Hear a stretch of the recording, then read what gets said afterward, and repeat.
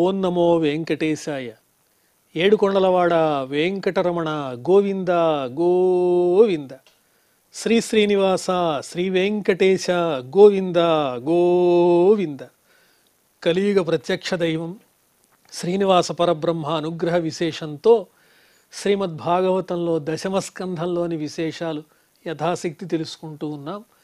నారాయణం నమస్కృత్య నరం చైవ నరోత్తమం దేవీం సరస్వతీం వ్యాసం తతో జయముదీరయేత్. సుఖయోగీంద్రుల వారు పరీక్షిన్ మహారాజునకు శ్రీకృష్ణస్వామి దివ్యలీలా విశేషాలను వర్ణించి చెబుతూ ఉన్నారు.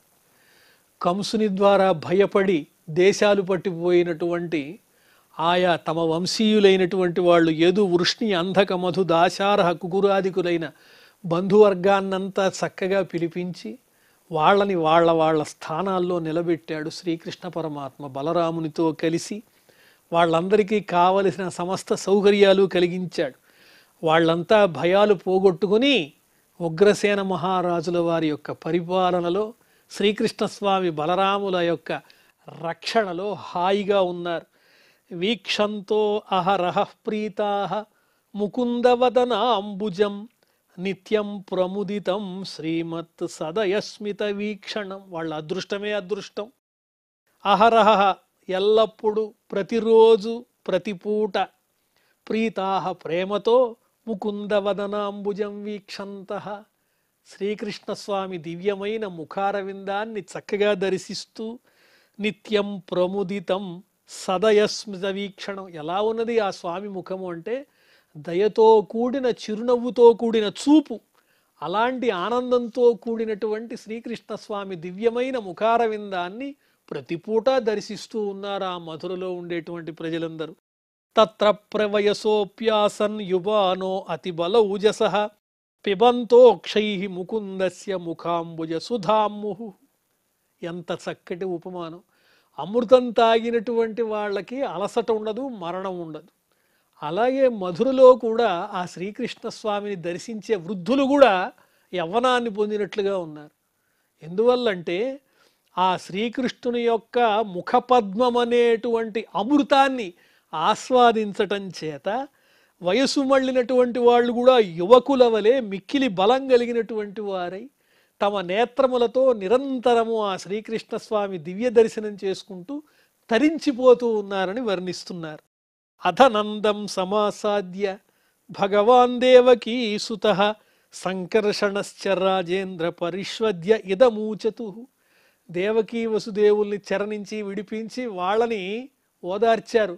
మరి ఇప్పుడు నందుల వారు ఉన్నారు, గోకులం నుంచి వచ్చి ఉన్నారు.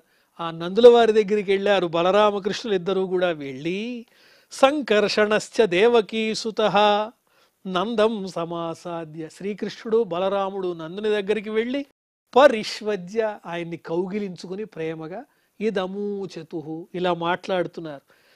పితః యువాభ్యాం స్నిగ్ధాభ్యాం పోషితౌ లాలితౌ భృశం పిత్రోరభ్యధికా ప్రీతి ఆత్మజేషు ఆత్మనోపి. ఓ తండ్రి, మీరిద్దరూ కూడా అంటే యశోద నందుడు మీరిద్దరూ కూడా మమ్మల్ని ఎంతో ప్రేమగా పోషించారు, లాలించారు, ఆనందింపజేశారు. తల్లిదండ్రులకు తమ కంటే తమ పిల్లల మీదే ప్రేమ ఎక్కువ ఉంటుంది కదా. ఆత్మజేషు ఆత్మనోపి. తమకన్నా ప్రీతి ఎవరి మీద ఉంటుంది అంటే బిడ్డల మీదే ఉంటుంది. ఆ విధంగా మమ్మల్ని ఎంతో ప్రేమగా మీరు పోషించి పెంచారు ఓ తండ్రి. సపితా సాచ జనని యౌ పుష్ణీతాం స్వపుత్రవత్ శిశూన్ బంధుభిరుత్సృష్టాన్ అకల్పై పోషరక్షణే. సామర్థ్యం లేనటువంటి వారి చేత విడిచిపెట్టబడిన బిడ్డలను ఎవరైతే పోషిస్తారో వాళ్లే నిజమైన తల్లిదండ్రులు. ఆ విధంగా ఏ విధమైన దిక్కు లేనటువంటి సందర్భంలో మమ్మల్ని మీరు హక్కును చేర్చుకుని చక్కగా పెంచి పోషించారు. వారే తల్లి, వారే తండ్రి. ఎవరైతే తమ పిల్లవాని వలె బిడ్డలను పోషిస్తారో శిశువును బంధువే ఉత్సృష్టాన్, బంధువులైనటువంటి వాళ్ళు తృణీకరించి విడిచిపెడితే అలాంటి వాళ్ళని చేరదీసి ఎవరైతే పెంచుతారో వాళ్లే నిజమైనటువంటి తల్లిదండ్రులు. పోషించిన వాళ్లే నిజమైన తల్లిదండ్రులు. యాతయూయం రజంతాత వయంచ స్నేహ దుఃఖితాన్ జ్ఞాతీన్ ఓ ద్రష్టుమేష్యామో విధాయ సుహృదాం సుఖం. ఓ తండ్రి, మీరు ఇక్కడి నుంచి గోవ్రజానికి వెళ్ళండి అని చెబుతున్నారు నందుల వారికి కృష్ణ పరమాత్మ. మేము ఇక్కడ ఎంతో కాలంగా బాధలు పడుతూ ఉన్నటువంటి తల్లిదండ్రులను, బంధువులను, వీళ్ళందరినీ ఆనందపరచాలి, వాళ్ళ దుఃఖాన్ని తీర్చాలి. జ్ఞాతులు, బంధువులు వీళ్ళందరి యొక్క స్థితిగతులన్నీ చూసుకుని మళ్ళీ మేము ఆ గోకులానికి వస్తాం. ద్రష్టుమేష్యామ, మిమ్మల్ని చూడటానికి మేము తప్పకుండా వస్తాం, ఇక మీరు ఇక్కడి నుంచి బయలుదేరి వెళ్ళండి అంటున్నాడు కృష్ణ పరమాత్మ. ఏవం సాంత్వయ్య భగవాన్ నందం సవ్రజమచ్యుత వాసోలంకార కుప్యాద్యై అర్హయామాస సాదరం. ఈ విధంగా నందుల వారిని ఎట్టకేలకు ఒప్పించినటువంటి శ్రీకృష్ణ పరమాత్మ ఆ నందుణ్ణి చక్కగా నందవ్రజానికి పంపించారు. వెళ్ళేటప్పుడు చక్కని వస్త్రాలు, ఆభరణాలు, అలంకారాలు, కంచు పాత్రలు ఇత్యాదిగా కలిగిన ఎన్నో కానుకలతో కూడిన సామగ్రిని నందుల వారికి ఇచ్చి ఆనందంగా వారిని పూజించి అక్కడి నుంచి సాదరంగా పంపించారు కృష్ణ బలరాములు. ఇత్యుక్తస్తౌ పరిష్వద్య నంద ప్రణయ విహ్వల పూరయన్నశ్రుభిర్నేత్రే సహ గోపై వ్రజం యయౌ. ఈ విధంగా చెప్పంగానే నందుల వారికి చాలా దుఃఖం కలిగింది, కంటి వెంట నీరు కారుతోంది. ఈ విధంగా కృష్ణుని చేత బలరాముని చేత చెప్పబడి ప్రణయ విహ్వల, ప్రేమతో కూడినటువంటి ఎంతో దుఃఖాన్ని పొందినటువంటి నందుల వారు పూరయన్ అశ్రుభిర్నేత్రే, కన్నీటితో నేత్రములను నింపుతూ సహ గోపై వ్రజం యయౌ, ఆ విధంగా గోపాలకులతో కలిసి నందవ్రజానికి వెళ్ళిపోయారు. అథ శూర సుతో రాజన్ పుత్రయో సమకారయత్ పురోధసా బ్రాహ్మణైశ్చ యథావత్ ద్విజ సంస్కృతిం. వెంటనే సూరసేనుల వారి పుత్రుడైనటువంటి వసుదేవుల వారు తమ పిల్లలైన బలరామకృష్ణులకు చక్కగా కులపురోహితులైనటువంటి గర్గుల వారి చేతుల మీదుగా ద్విజ సంస్కృతిం, ఉపనయన సంస్కారాన్నంతా జరిపించారు. తండ్రిగా దగ్గరుండి బ్రహ్మోపదేశం చేశారు వసుదేవుల వారు. తేభ్యోదాత్ దక్షిణా గావ రుక్మమాలా స్వలంకృతా స్వలంకృతేభ్య సంపూజ్య సవత్సా క్షౌమమాలినీ. ఉపనయన సంస్కారానికి వచ్చినటువంటి బ్రాహ్మణోత్తములకు చక్కగా భూరి దక్షిణలు, గోవులు ఏ విధంగా కొమ్ములన్నింటికి, గోవుల కొమ్ములన్నింటికి కూడా బంగారు తొడుగులు చేయించి స్వర్ణంతో అలంకరింపబడినటువంటి గోవుల్ని దానంగా ఇచ్చారు. అలంకరింపబడిన వాటిల్ని దూడలతో పాటుగా అలాగే అనేక రకాలైన పట్టు వస్త్రాలు కూడా కానుకలుగా దానంగా ఇచ్చారు. యాహ కృష్ణ రామ జన్మర్క్షే మనోదత్త మహామతి తాశ్చాదదాదనుస్మృత్య కంసేన ధర్మతో హృతా. పాపం వసుదేవుల వారు కృష్ణుడు జన్మించినప్పుడు కానీ, అదేవిధంగా బలరాముడు ఇక్కడి నుంచి గోవ్రజంలో ఈమె గర్భం నుంచి అక్కడికి చేరుకున్నాడు కదా, ఈ బలరామకృష్ణులు ఇద్దరికీ కూడా వీరు జన్మించిన సందర్భంలో ఏదైనా ఒకటి చెయ్యాలి దానం అని ఆయన సంకల్పించారు. బ్రాహ్మణోత్తములకు భూరిగా దానాలు చేయాలని, వేల వేల గోవులు దానాలు చేయాలని మనస్సులోనే సంకల్పించారు.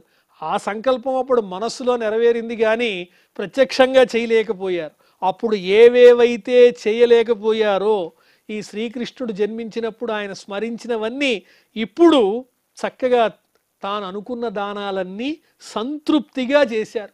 కంసుడు ఏ ఏ సంపదలనైతే, గో సంపదలనైతే వసుదేవుని దగ్గర నుంచి అపహరించాడో వాటిలన్నింటినీ సమీకరించి ఆ గోవులన్నింటినీ చక్కగా బ్రాహ్మణోత్తములకు విరివిగా దాన ధర్మాలు చేశారు.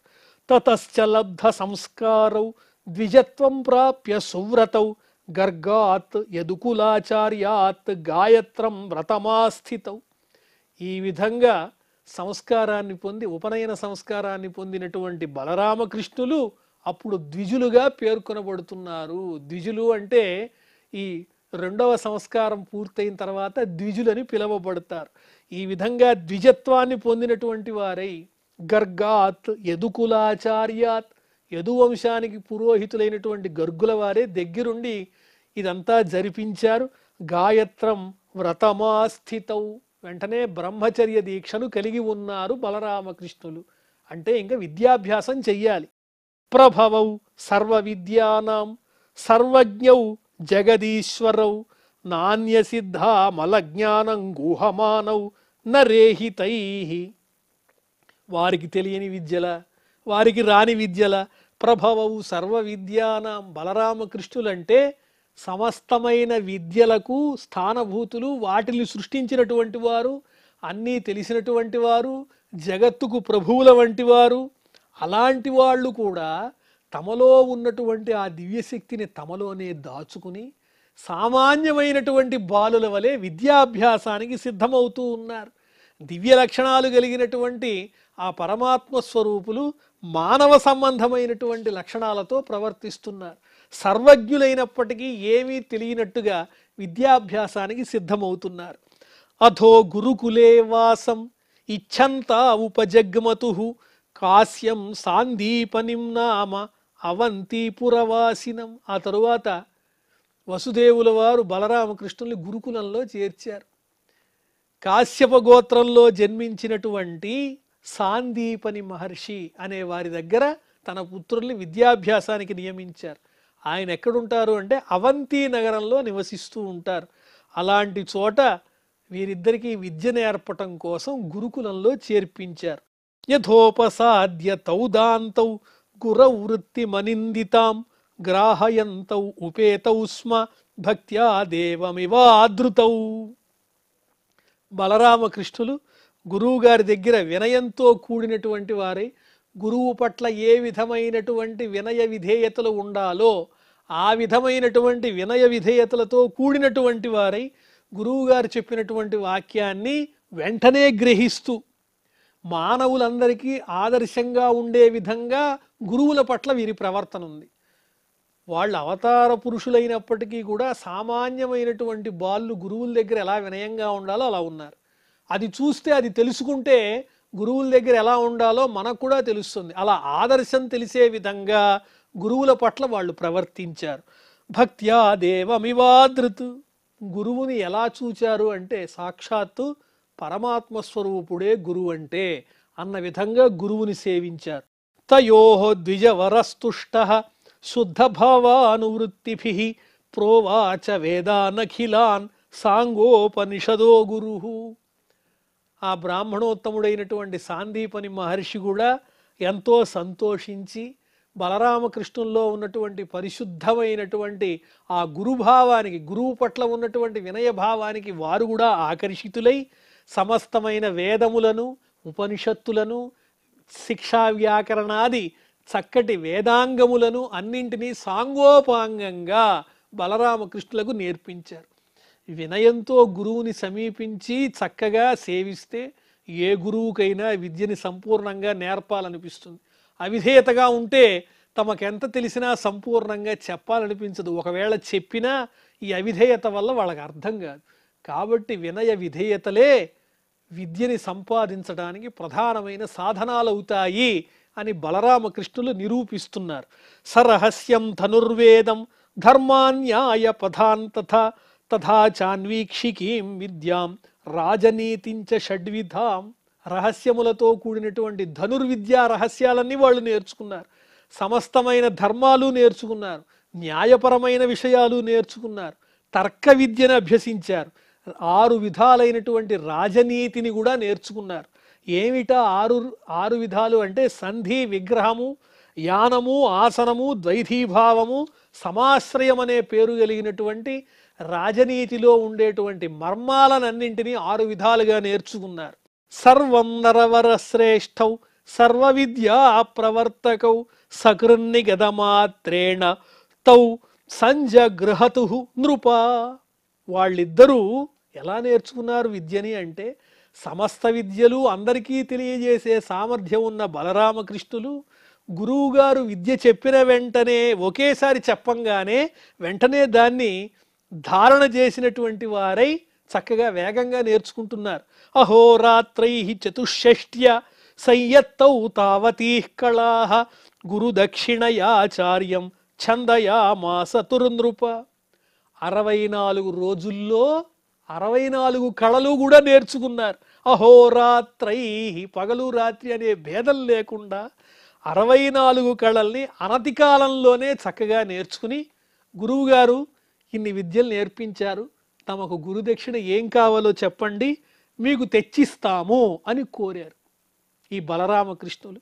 ద్విజస్తయోస్తం మహిమానమద్భుతం సంలక్ష్య రాజన్ అతిమానుషీం మతిం సమ్మంత్ర్య పత్న్యా సమహార్ణవే మృతం బాలం ప్రభాసే వరయాంబభూవ. ఎప్పుడైతే బలరామకృష్ణులు విద్యలు నేర్చిన తరువాత ఆ గురువుగారి దగ్గరికి వెళ్ళి స్వామి గురుదక్షిణ సమర్పిస్తామన్నారో వెంటనే ఆయన గురువుగారు అనుకున్నాడు, వీళ్ళు సామాన్యులు కాదు, అనతి కాలంలోనే 64 విద్యలు కళలు నేర్చేసుకున్నారు, వీళ్ళు దైవాంశ సంభూతులు కాబట్టి నా కోరిక వీరితో చెప్పచ్చు అని అనుకుని ఇంట్లోకి వెళ్ళి తన భార్యతో ఒక్కసారి సంప్రదించి సంలక్ష్య రాజన్ అతిమానుషీం మతిం. వీరి బుద్ధి వైభవం ఎలా ఉంది బలరామకృష్ణులకు, సామాన్య మానవుల్లా లేదు, వాళ్ళు దైవం అని తెలిసిపోతోంది. వెంటనే తన భార్యతో ఆలోచించి సముద్రంలో ప్రభాస తీర్థం దగ్గర సముద్రంలో పడి మరణించినటువంటి తన పుత్రుణ్ణి బతికించి తెచ్చిమ్మని కోరారు ఆ సాందీపని మహర్షి ఆ బలరామకృష్ణులను. తథేత్యధారుహ్య మహారథౌ రథం ప్రభాసమాసాద్య దురంత విక్రమౌ వేలాముపవ్రజ్య నిషీదతు క్షణం సింధుర్విదిత్వా అర్హణమాహరత్తయో. అలాగే గురువుగారు అన్నారు, భగవంతుడు తలుచుకుంటే చేయలేనిది ఏముంది, బలరామకృష్ణులు దైవాలేగా. వెంటనే రథాన్ని అధిరోహించారు, బయలుదేరి ప్రభాస తీర్థానికి చేరుకున్నారు, ఆ సముద్ర తీరానికి చేరుకున్నారు, ఒడ్డున కూర్చున్నారు. ఎలాంటి వాళ్ళు? దురంత విక్రమౌ, అడ్డులేని పరాక్రమం కలిగినటువంటి వారు. వేలాముపవ్రజ్య, చెలియలి కట్ట దగ్గర కూర్చుని నిషీదతు, కాసేపు ఆసీనులై ఒక క్షణం ఆలోచిస్తూ ఉన్నారు. వాళ్ళిద్దరూ వచ్చారని సముద్రుడికి తెలిసింది. వెంటనే సముద్రుడు రూపాన్ని ధరించి వాళ్ళిద్దరి దగ్గరికి వచ్చి నమస్కరించి వాళ్ళని పూజించి ఇలా అడుగుతున్నాడు, స్వామి ఏమిటి ఇలా వచ్చారు, ఏం కావాలన్నాడు. తమాహ భగవానాశు గురుపుత్ర ప్రదీయతాం యోసా విహత్వయాగ్రస్తో బాలకో మహతోర్మిణ.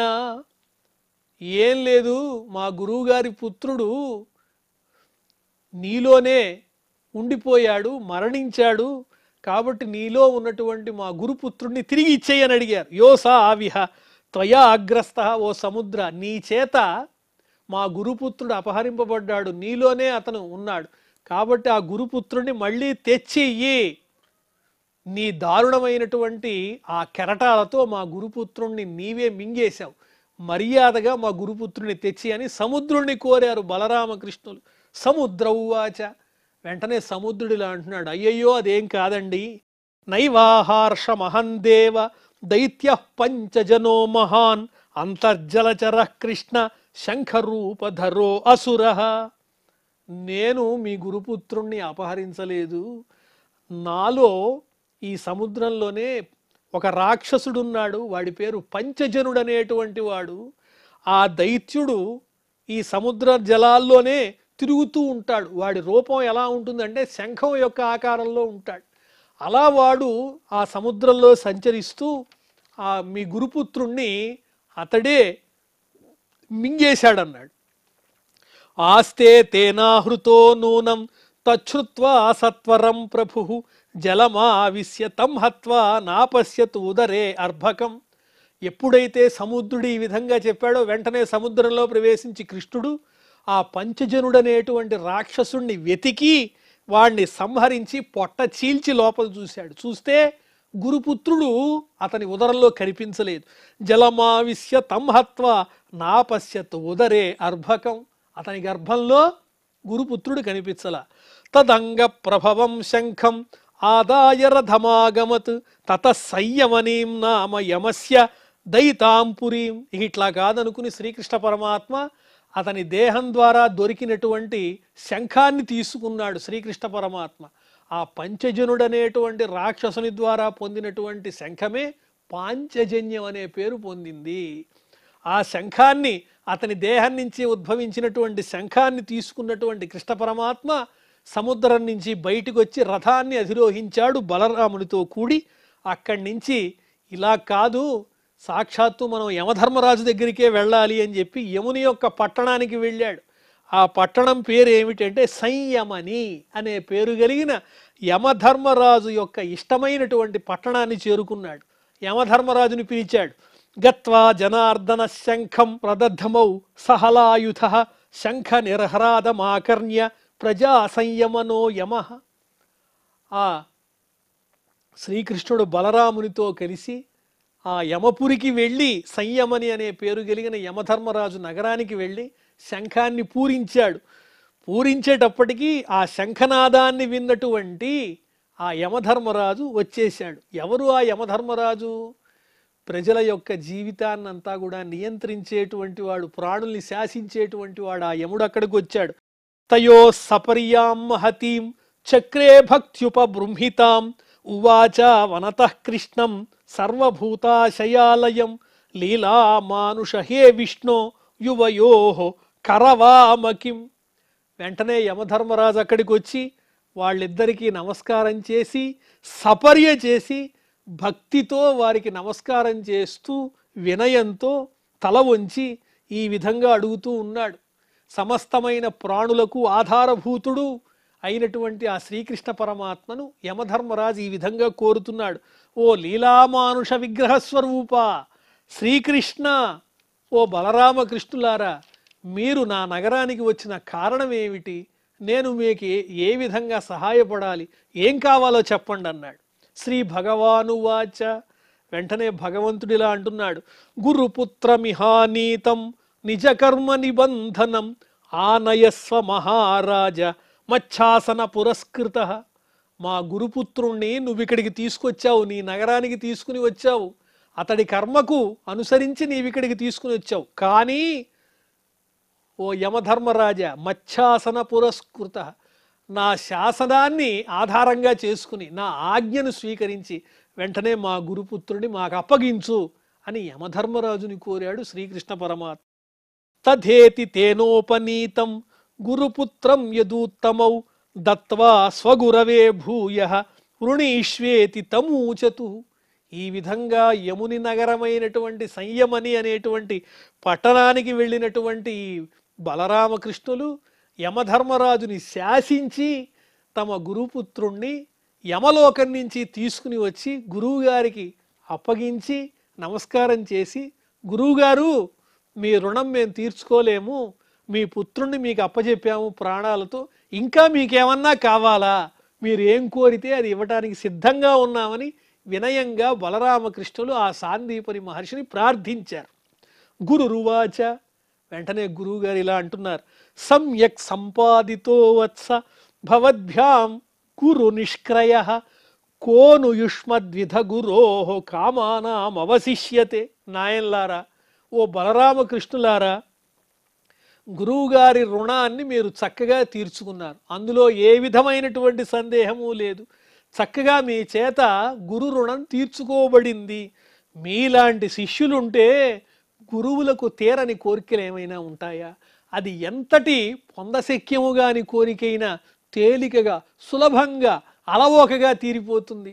మరణించినటువంటి నా పుత్రుణ్ణే యమలోకం నుంచి తెచ్చిచ్చారంటే ఇంతకన్నా గొప్ప ఘనకార్యమేమున్నది అని గురువు గారు బలరామకృష్ణుల్ని ఆశీర్వదించారు. గచ్చతం స్వగృహం వీరౌ కీర్తిర్వామస్తు పావని ఛందాంస్యయాతయామాని భవంత్విహ పరత్రచ. ఇక చక్కగా మీరు మీ ఇళ్ళకి వెళ్ళండి, మీకు చక్కటి కీర్తి కలుగుగాక. కీర్తిర్వామస్తు పావని. బలరామకృష్ణులారా, మీ ఇద్దరికి పవిత్రమైనటువంటి కీర్తి కలుగుగాక.